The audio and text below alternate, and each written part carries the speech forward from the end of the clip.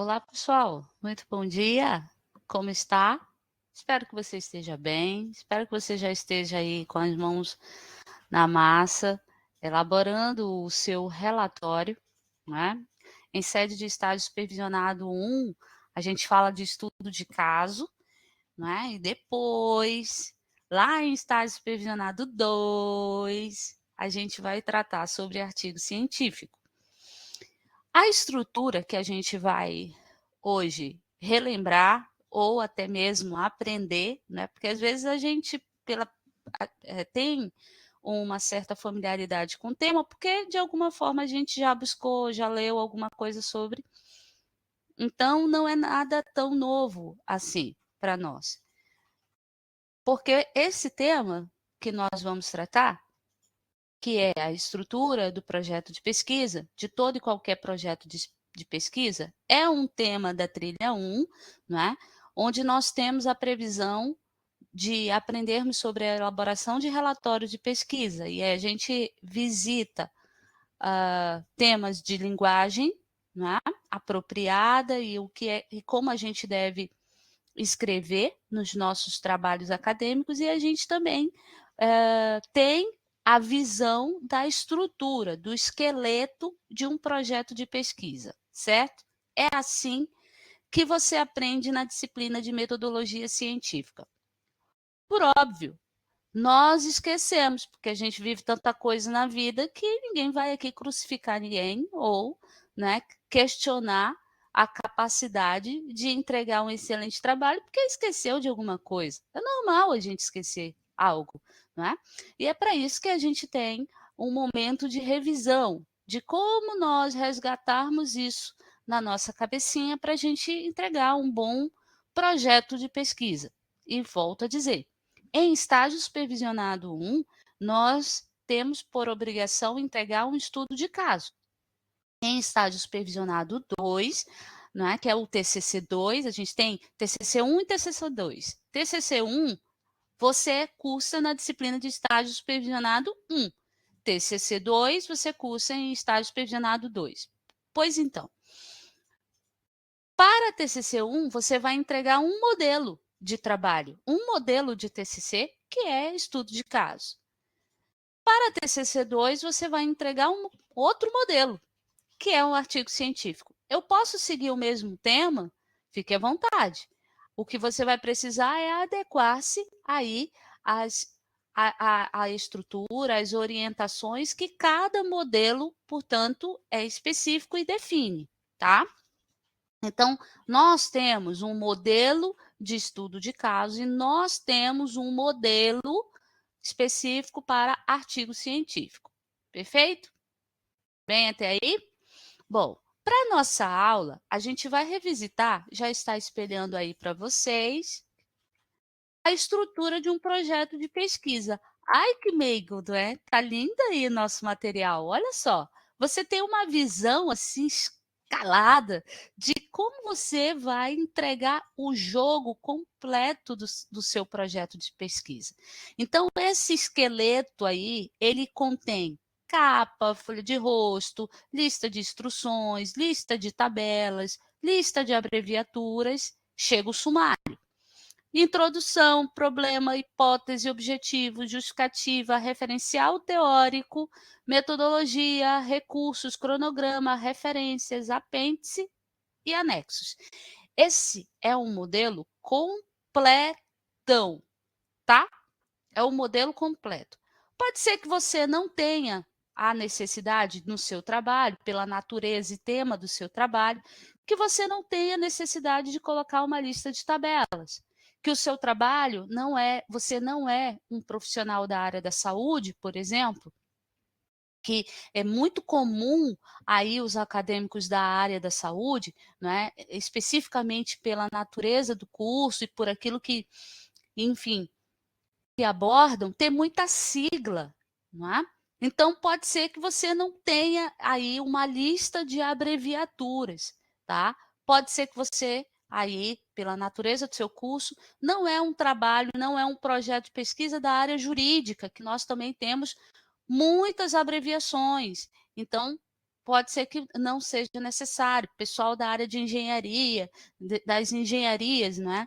Então, não, pode ser que o seu trabalho não tenha essa necessidade. Então, saca fora do teu trabalho, tá? A lista de tabelas, a lista de abreviaturas. Agora, sumário, minha gente, eu nunca vi estrutura de projeto de pesquisa que não tenha sumário. Sério, de verdade. Porque tem que ter. O sumário é item obrigatório, assim como a introdução, assim como a capa. Então, como lhes falei, pode ser que você não tenha lista de ilustrações, pode ser que você não tenha lista de tabelas, porque o seu trabalho não carece disso, tá? Mas sumário, mais capa, folha de rosto e sumário tem que ter. Aí o item seguinte, introdução, é obrigatório, você vai ter que ter a problematização, a hipótese, os objetivos. E que objetivos são esses? O geral e os específicos. Lembrando que lá em metodologia você aprendeu de ter no mínimo 3 objetivos específicos. Não foi isso que sua professora me ensinou? Então, pronto, você já persegue aí 3 objetivos específicos. Claro, você vai justificar o seu trabalho, a sua pesquisa, você vai aí a partir de então, porque a pesquisa em si ela envolve a atividade acadêmica de procurar, em si, de pesquisar sobre aquele tema em outras fontes, né? Revistas eletrônicas, livros, né? Periódicos. Então, sites aí que são específicos sobre aquele tema, né? Então, você vai buscar esse referencial teórico da sua pesquisa exploratória, imaginemos que seja uma pesquisa exploratória, não é? De uma revisão, o seu trabalho é uma revisão bibliográfica. Então, você vai montar esse referencial teórico. Aí você, já falei um pouco sobre metodologia, não é agora? Então, você vai também falar sobre a metodologia do seu trabalho, os recursos que foram utilizados. É muito comum que o acadêmico ali faça o esboço do cronograma. E que cronograma é esse? Quando a atividade começou, os passos que foram percorridos ali com as entregas, e aí coloca-se, então, os prazos que são determinados, e no nosso caso, nós já temos esses prazos aí de entrega, e aí nós estamos falando da entrega parcial e final, tá? Do seu estudo de caso. E também você vai colocar essas informações nesse cronograma.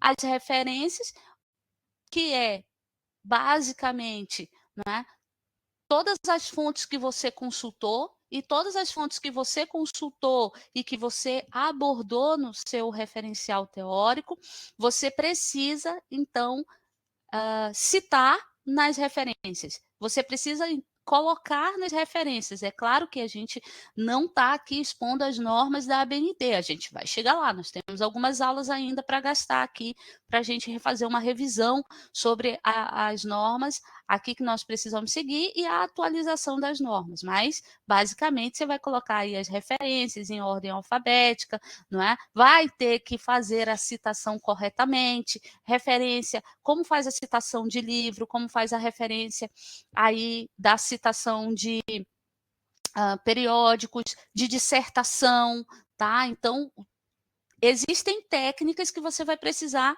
aqui relembrar e revisitar, tá bom?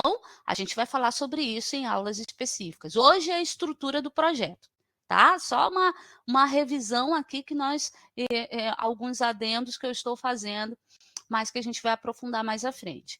Apêndice, tá? O que é o apêndice? Você aprendeu lá em metodologia. Eu, assim, espero, rogo a Deus por isso, que a professora tenha lhe dito que no apêndice entram as produções do autor. Então, são informações, são dados coletados, são instrumentos elaborados, criados pelo autor da pesquisa, no caso você, tá? E aí, vamos imaginar que esse projeto de pesquisa tenha sido sobre pesquisa mercadológica de algum novo produto a ser lançado para o mercado, tá? Então, na metodologia, você informa lá, não é, que você utilizou, por tratar-se de uma pesquisa exploratória, né? Aí você vai fazer pesquisa de campo. Aí você vai ter que colocar muito comum, questionário. Aí você desenvolveu um questionário, e esse questionário é um questionário eletrônico, não é? Que você montou via formulário Google Forms, modelo Google Forms. Como é que é a estrutura desse questionário que você aplicou? Que é uma pesquisa. Então, no apêndice, você vai colocar o modelo do seu questionário, porque você criou. Então, o apêndice é para isso, é para esse fim e não outro. É tudo aquilo que é produção do autor. Não confunda alho com bugalho. Apêndice é assim. Anexo é tudo aquilo que não é produção sua. Pode ser um documento técnico, tá? Você já atua numa empresa e essa empresa é uma empresa de marketing digital, não é? E então você se inspirou em um modelo ali que a empresa, portanto, aplica. Você tem autorização, não vai causar nenhum dolo, não é? De você expor essa informação. Entra onde? Anexo. Aí é anexo. Por quê? Porque você não produziu, porque não é inspiração, não é autoria sua. Então é anexo, tá? Eu gosto sempre de falar assim, de maneira bem simples e clara, porque às vezes o aluno faz uma salada mista aí de apêndice e anexo. É um negócio tão simples, pessoal. Anexo é tudo aquilo que é produzido pelo autor, tá? Da pesquisa, pelo autor do artigo científico. Não tem, nem cabe lá em anexo, tá? Não tem que confundir isso, ok? Mas eu acho que você já me entendeu, né? É que é só para saber se você está ligado. Bom, como eu coloquei aí, ó, todas as vezes você aprendeu lá em metodologia científica também, aqui vale a pena a gente revisitar. Nós tratamos sobre o que é a figura, tá? Aqui você tem espelhando para você uma figura. E essa figura ela está nomeada. Qual é o nome dessa figura? Estrutura do projeto de pesquisa. Tá? Então, eu identifico a minha figura e eu coloco a fonte. Então, a figura 1, que é essa figura que vocês estão vendo aí, ela trata da estrutura do projeto. Fonte, Joe, elaborado pela professora, tá? E assim vai ser no seu projeto de pesquisa. Pelo amor de Deus, colocar uma figura no seu trabalho e não identificar a figura e não trazer a fonte é ferir de morte o seu trabalho, tá? Então não cometa esse erro. É um erro, não vou dizer básico não, é um erro grosseiro, grotesco no seu trabalho. Você não falhe nisso, por favor, tá? Pode falhar até no alinhamento, no espaçamento. Às vezes, sem querer, a gente. Mas em figura, não pode. Pode ter figura no corpo do texto? Pode, dependendo da quantidade de páginas, da regra, porque às vezes alguns trabalhos aí são submetidos à apreciação de revistas, de periódicos, né? Então, existe um regramento na quantidade máxima de páginas que o seu trabalho pode ter. Então, isso, né, envolve figuras no corpo do texto. Pode ter? Pode. A gente sempre sugere que, no máximo, aí num trabalho de 15 páginas, que é a quantidade máxima que tem que ter seus trabalhos, então nós sugerimos que, no máximo, tenhamos 2 figuras, né? Porque senão parece que está enchendo linguiça. Ninguém quer isso. As figuras do tamanho, né, do globo, que você estudou lá na sua aula de geografia, geologia. Não. Então, assim, precisamos ter também aí um bom senso, inclusive na quantidade de figuras que a gente coloca no corpo do nosso trabalho, tá? Bom, um outro item aqui dessa nossa aula que quero trazer a vocês é que essa regra de apresentação quanto à capa como elemento obrigatório, folha de rosto como elemento obrigatório, lista de ilustrações e lista de tabelas e lista de abreviaturas e siglas como elementos opcionais no trabalho, o sumário como elemento obrigatório, o corpo do texto como elemento obrigatório, e esse corpo do texto é composto, né, de introdução, onde temos problema, hipóteses, não é, quando coopero, por óbvio, objetivos, geral, específico, justificativa, referencial teórico, metodologia, recursos humanos aqui, que são os recursos, de uma forma geral, humano, material, financeiro, né, quando for aqui o caso, e o cronograma. Além desses itens que compõem os elementos obrigatórios do corpo do texto em si, que é digamos, é a substância do teu trabalho, né? É ali onde tem o pesado, o grosso do teu trabalho. A gente não pode esquecer que temos também referências como elemento obrigatório, não é? Apêndices, que aqui no caso são produções autorais, e se você tem, você coloca, se você não tem, não bota. E anexo também, que no caso são documentos oficiais, que se você tem, você bota, se não tem, não bota. Bom, essas questões aqui, em relação à obrigatoriedade ou se elemento opcional, elas são tratadas, elas estão aqui não no achismo e nem na vontade, não é, do orientador de TCC. Elas estão fundamentadas aqui, não é, na NBR 15285, tá? Onde a gente tem essa disposição da obrigatoriedade ou de elementos ou opcionais ali, ou que você ali vai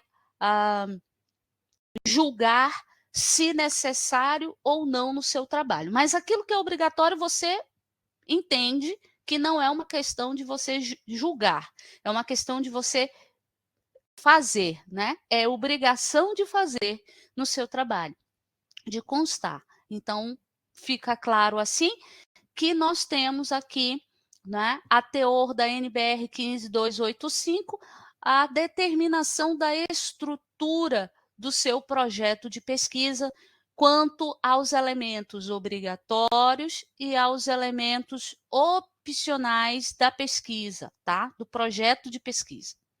Bom, falando um pouco sobre cada um, e eu acredito que aqui nós precisamos entrar logo naquilo de revisão, naquilo que é fundamental. Vamos começar pela introdução, não é? Na introdução desse projeto de pesquisa deve constar, obviamente, esse introito, que é a parte introdutória, onde você, autor, irá expor o tema do seu projeto, vai fazer breve justificativa para essa pesquisa, vai trazer o problema a ser abordado, vai trazer a hipótese, no caso, havendo, vai trazer os objetivos geral e específicos que serão atingidos na oportunidade desta pesquisa, tá? Na propositura deste projeto de pesquisa. Isso é a introdução. Seguindo esse passo a passo na construção textual, você entrega uma excelente introdução de projeto de pesquisa. Quando nós falamos sobre delimitação do tema, o que tu entende por delimitar? Botar limite, não é? Exatamente isso. Delimitar o tema é limitar o tema, porque senão a gente vagueia no universo e não pode ser assim. A gente vai ter que trazer a delimitação. A gente vai dizer aqui, ó, nós não vamos fugir desse tema, porque isso aqui é que é o nosso objeto de pesquisa. É disso aqui que nós vamos tratar do início ao fim.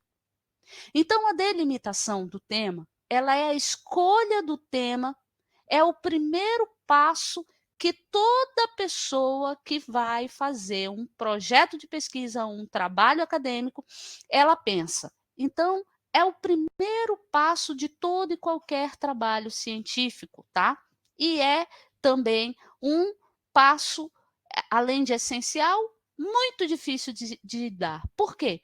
Porque nós precisamos escolher. Eu convido você aí a fazer a leitura de um material que eu tenho, que é Dicas de TCC, uma cartilha que eu desenvolvi tá? Com algumas dicas e você vai ver lá que uma delas é: fale sobre aquilo que você gosta, que você tem facilidade, porque não tem coisa pior do que você tratar de algo que não gosta e falar demais sobre aquilo que você não gosta. É horrível, não é? Porque vai faltar, além de prazer, vai faltar ali propriedade muitas vezes, né? Até para criticar sobre algo, propor algo novo para aquilo. Então, uma das dicas é falar, escolher, né? Falar sobre aquilo que gosta, que você tem uma certa facilidade ou até mesmo intimidade com aquele tema. Existem muitos temas, tá, para uma pesquisa. Existe vontade, curiosidade, interesse por coisas que a gente nem imagina. E pessoas que vão buscar também essa diferença, essa inovação, essa atualidade, como quer dizer, né? Como queira falar. Então, existem muitos temas para pesquisa e a escolha sobre o que falar, né? Do que tratar, é uma escolha decisiva, inclusive para a sua carreira profissional, tá? Por exemplo, no curso de direito, eu escolhi falar sobre herança digital, né?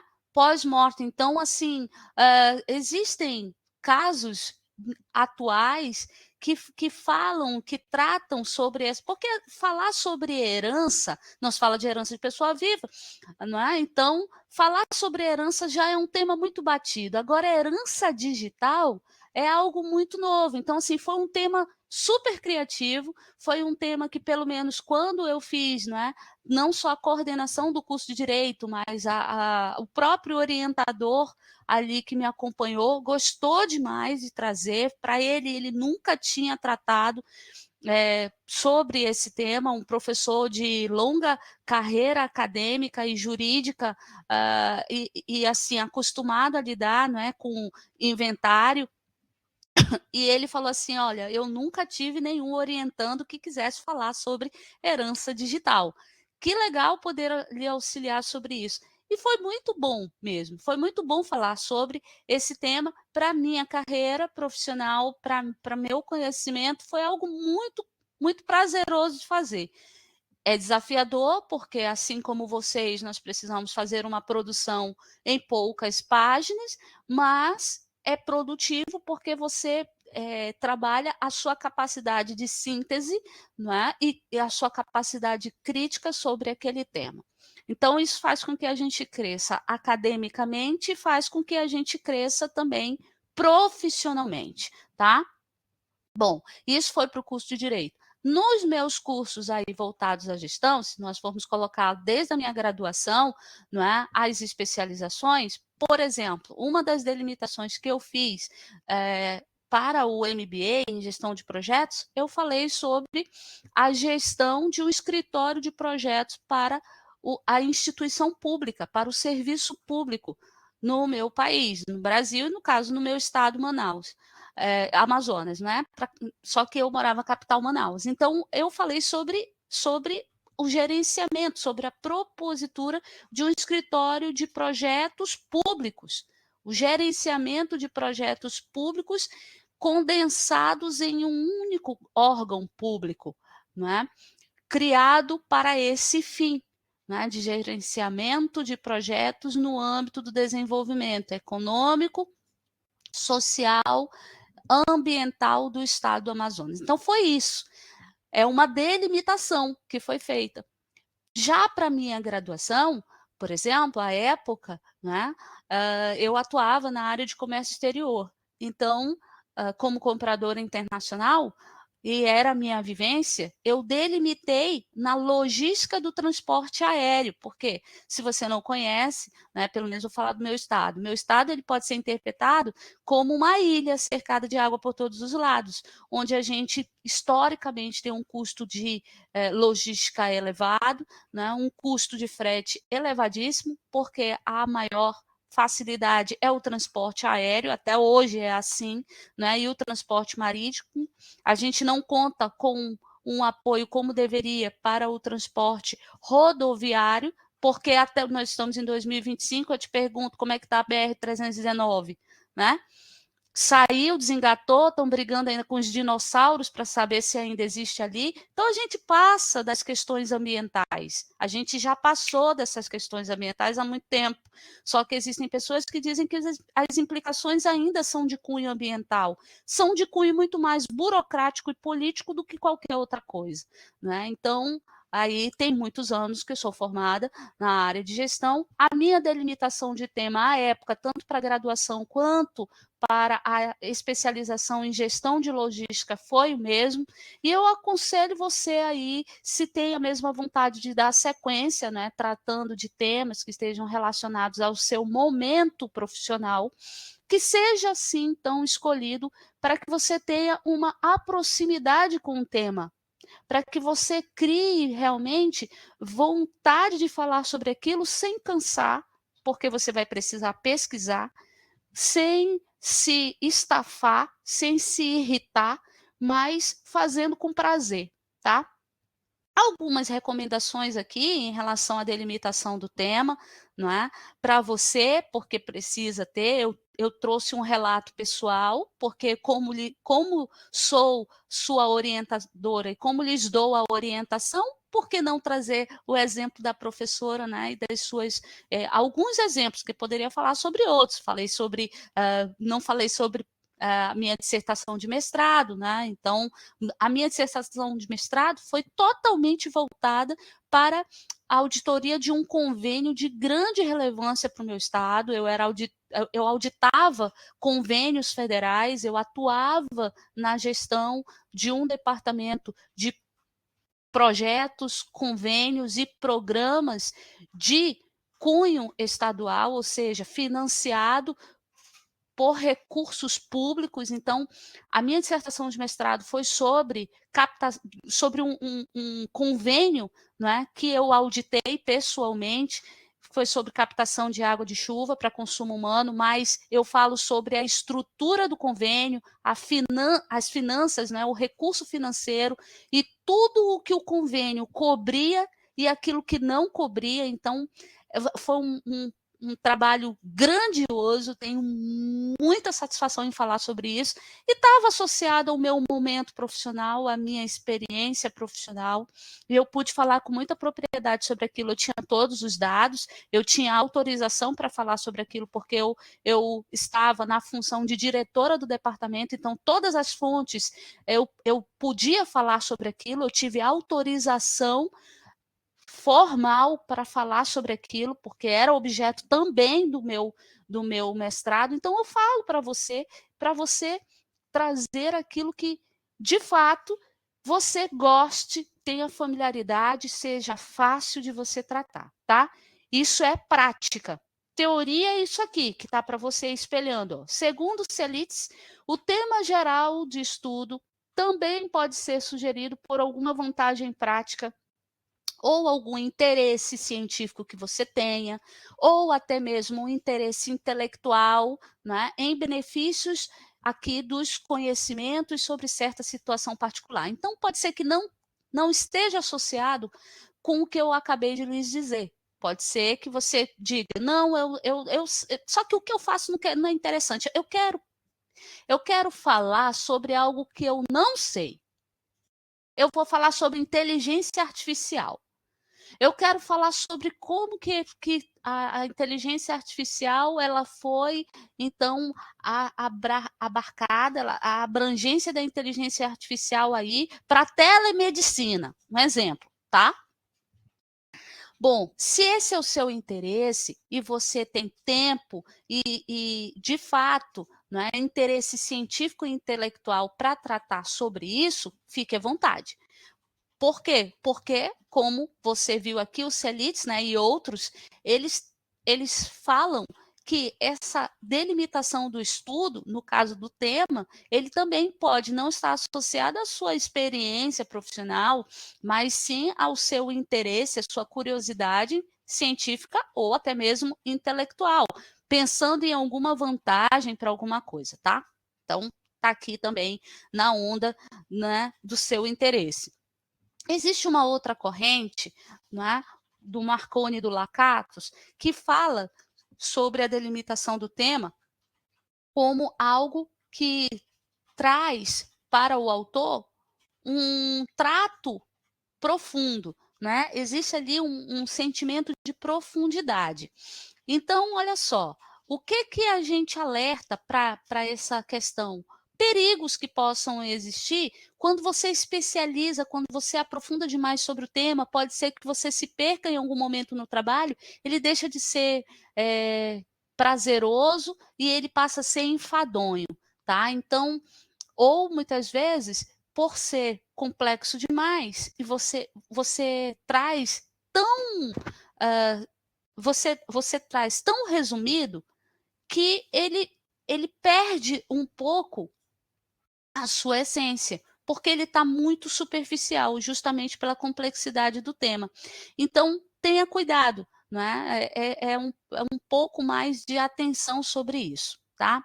Existe uma outra corrente que nós trazemos aqui, em relação à delimitação do tema, que nos ensina que essa é uma questão de escolha, não é? Mas dando aqui uma atenção pela extensão da complexidade. Algo é tão relevante, tão complexo, que faz com que a gente busque saber mais sobre isso. Tá? Então, imagina, por exemplo, na atualidade, você é um acadêmico do curso de psicologia, né? Imagina aí quantos e quantos trabalhos não surgiram sobre estresse no ambiente de trabalho, sobre as implicações do estresse na vida do indivíduo, sobre os distúrbios decorrentes de um ambiente de trabalho tóxico, de um ambiente de trabalho improdutivo, não é? Imagina você, um aluno do curso de Direito, por exemplo, que vai falar sobre assédio no ambiente de trabalho, as delimitações que devam ser feitas, porque existem situações e mais situações que podem culminar aí numa atitude de assédio, assédio moral, assédio sexual, assédio no ambiente de trabalho, que é um tema muito corriqueiro, né? Para os alunos que gostam de falar sobre isso. Eu não, eu quis falar sobre a herança digital, entendeu? Pós-morte, como é que a gente vai resolver a parada aí entre os herdeiros testamentários e herdeiros naturais, aqueles herdeiros biológicos. Isso aí era minha praia, né? Eu não queria saber de outra coisa. Então, assim, existe a complexidade do estudo e existe a profundidade. E, claro, a gente não pode deixar a curiosidade, não é, de lado. Então, mas nós precisamos delimitar, tá? Nós precisamos trazer aqui a delimitação do tema. Então, é preciso que a gente selecione um tópico ou uma parte e a gente foque nela, tá? A delimitação do tema, ela pode ser feita pela sua decomposição em partes. Tu não esquece disso, porque é importante. Você pode delimitar o seu tema e fazendo essa decomposição do tema em partes, que são esses subtópicos, e deixa o seu trabalho extremamente organizado. É assim que deve ser feito. Pelo menos é assim que eu oriento que você faça, é assim que eu faço nos meus projetos, tá? Nos meus trabalhos. Então, veja, você pode fazer isso através dessa definição, não é? Trazendo as circunstâncias, trazendo tempo e espaço, não é? Trazendo aí essa ordem cronológica de acontecimento, tá? O pesquisador, ele vai definir sob o ponto de vista que ele quer focar. Então, tudo isso é poder de decisão sua como autor, ok? Veja, o mesmo tema, ele pode receber diversos tratamentos, tá? Como eu lhes falei aqui, por exemplo, o assédio no ambiente de trabalho, a gente pode aproveitar esse mesmo estudo, né? De alunos, né, de pesquisadores, de autores do curso de Direito, do curso de Psicologia, do curso de Administração, que vai trazer sobre comportamento organizacional, e estresse no ambiente de trabalho, assédio no ambiente de trabalho, são temas, né, da ementa da disciplina de comportamento organizacional. Então, você tem um trabalho com uma linguagem, com uma redação técnico-profissional aí da área da gestão, e você vai ter uma visão mais humanista, você vai ter uma da área de psicologia, e você vai ter uma visão, não é?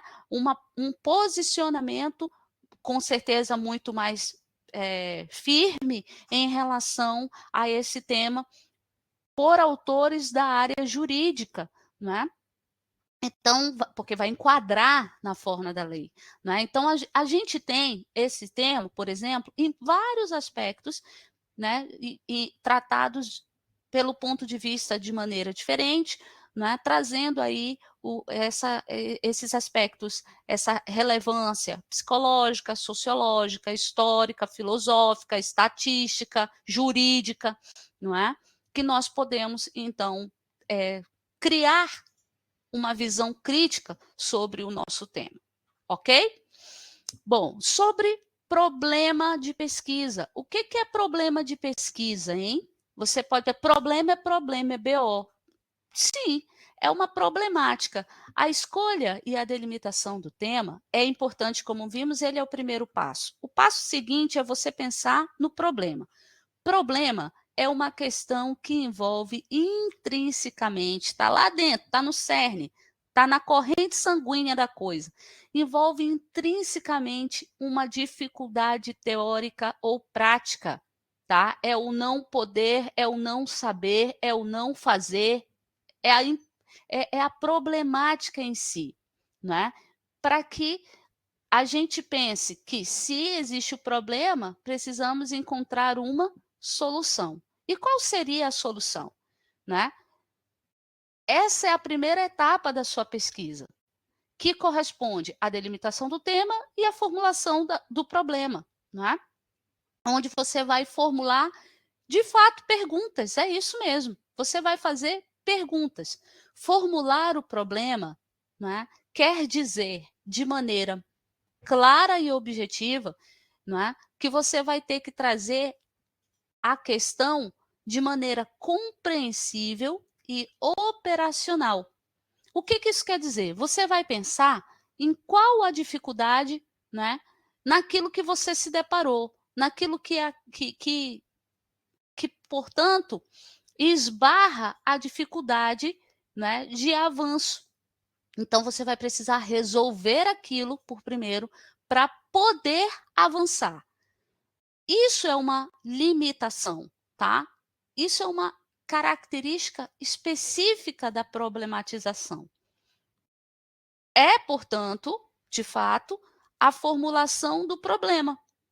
Então, você vai individualizar esse problema, é como se você sacasse assim, né? Esse quadradinho chamado problema, e você vai dizer: isso aqui é o que isso aqui é o que me impede. Isso aqui agora é o meu empecilho. Isso aqui é a pedra no sapato. Como que eu vou resolver? E quando você faz esse destaque, isso no seu projeto de pesquisa é inconfundível. E você vai ter que trazer, ao longo do seu trabalho, do seu projeto de pesquisa, todas as fundamentações e todas as justificativas que, ao final, lá na conclusão, que você retorna a essa problemática, você trata de que esse problema ele foi analisado, averiguado, né? Portanto, tratou-se aqui as causas, consequências e a solução. Então, você retorna sobre essa problemática lá na conclusão, lá no finalzinho do seu trabalho. Não se perde, até porque a gente tem uma técnica que na conclusão a cada parágrafo você vem trazendo um pouco, ou seja, é seu comentário sobre cada uma dessas partes do seu trabalho. Aí, olha, quando você viu, você fechou a página de conclusão de maneira excelente, porque você não deixou por comentar nada.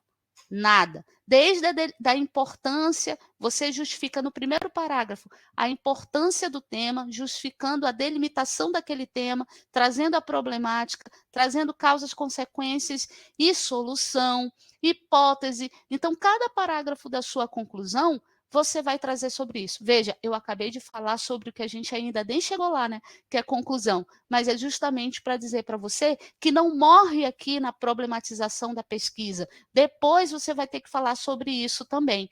Então, pense muito bem, porque você não vai poder fugir disso ao longo de todo o seu trabalho, tá? E por fim, gente, O problema de pesquisa, como lhes falei, é uma pergunta que deve ser redigida, você vai escrever esse problema no seu trabalho. Você não vai, assim, deixar em subentendido. Não, você escreve o problema e bota, taca lá o ponto de interrogação, porque tem aluno que faz o trabalho e cadê o problema? Não enxerguei, não li aqui, cadê o problema? Né? Você dá um Ctrl F no trabalho e cadê o problema? Cadê a solução? Cadê a justificativa disso? Você não encontra. Então, veja, o problema de pesquisa aqui é uma pergunta que deve ser redigida, deve ser feita de forma clara, precisa, objetiva, né? Onde a solução ela é uma solução viável, né? Pela sua pesquisa. Você vai demonstrar que aquilo é possível de se resolver, tá? É possível, com base, né? Nisso, naquilo, nessa corrente, nessa literatura. Você vai trazer essa revisão bibliográfica, né? E você vai justificar que existem soluções viáveis para aquele problema. E que, inclusive, já estão sendo pesquisados por fulano, cicrano, bertano, no seu projeto de pesquisa. É isso que você faz, tá? Geralmente, a elaboração clara dessa problemática, ela é suscitada, ela é fruto, não é, de uma revisão de literatura. Por quê? Porque você já pesquisou. Eu consegui fazer aqui uma busca rápida de 10 autores que falam sobre isso. Eu consegui fazer uma pesquisa rápida aqui de 5 autores importantes que falam sobre isso. E eu fiz uma busca rápida aqui, eu encontrei vários trabalhos. E dos vários trabalhos que eu achei, 5 me chamaram a atenção. E esses 5 trabalhos desses 5 autores, eles relacionam essas correntes literárias aqui que são importantes. Ou seja, a fonte que esses 5 trabalhos que eu gostei bebe no mesmo lugar, bebe no mesmo poço de conhecimento. E eu concordo. É meu interesse em falar sobre isso. E eu concordo em seguir essa corrente, tá? Então, é assim que o pesquisador, que o autor, ele faz a sua escolha de tema, delimitação de tema, verificação da problemática, cria o problema e as soluções. Ele faz, geralmente, não é? Quando ele formula esse problema, é baseado nessa revisão de literatura. Para isso precisa ler, para isso precisa estudar, né? Vai ter que ler sobre isso, vai ter que falar sobre aquilo que foi objeto de estudo e pesquisa comum, tá? E que, portanto, pode ter pontos de vista diferentes, né? Mas, ao final, tudo combina muito bem e contribui muito para o avanço e entendimento sobre aquela questão, sobre aquele problema, sobre possíveis soluções que devam ser, portanto, levadas em consideração para resolver aquela questão. Ok? É isso. Eu espero que você tenha relembrado junto comigo, né, sobre o que nós trouxemos, sobre tudo que nós trouxemos e tratamos nessa aula. Falamos sobre a estrutura do projeto de pesquisa. Esse é um tema importantíssimo, faz parte da nossa trilha de conhecimento, né, essa revisão, para que a gente consiga fazer a elaboração dos nossos relatórios. E aqui a gente está falando de relatório de estágio supervisionado 1, que traz um estudo de caso. E que você consiga adequar, né, aquilo que você está pensando e fazendo de maneira correta, tá bom? É claro que a gente falou sobre a estrutura, fizemos uma rápida revisão aqui sobre esses elementos que compõem essa estrutura. A gente vai aprofundar um pouco mais, a gente tem tempo para isso e aulas para isso. Bem, ao longo dessa jornada, eu espero que você, se ficou alguma dúvida, eu espero que você pergunte, né? Faça seus questionamentos. Eu tenho o maior prazer aí em atendê-los e em responder as suas dúvidas, tá certo? Muito obrigada pela sua participação, muito obrigada pelo seu esforço. Encontro vocês na próxima aula e, não perca o ritmo. Mãos à massa, hein? Tchau, pessoal. Bom fim de semana a todos.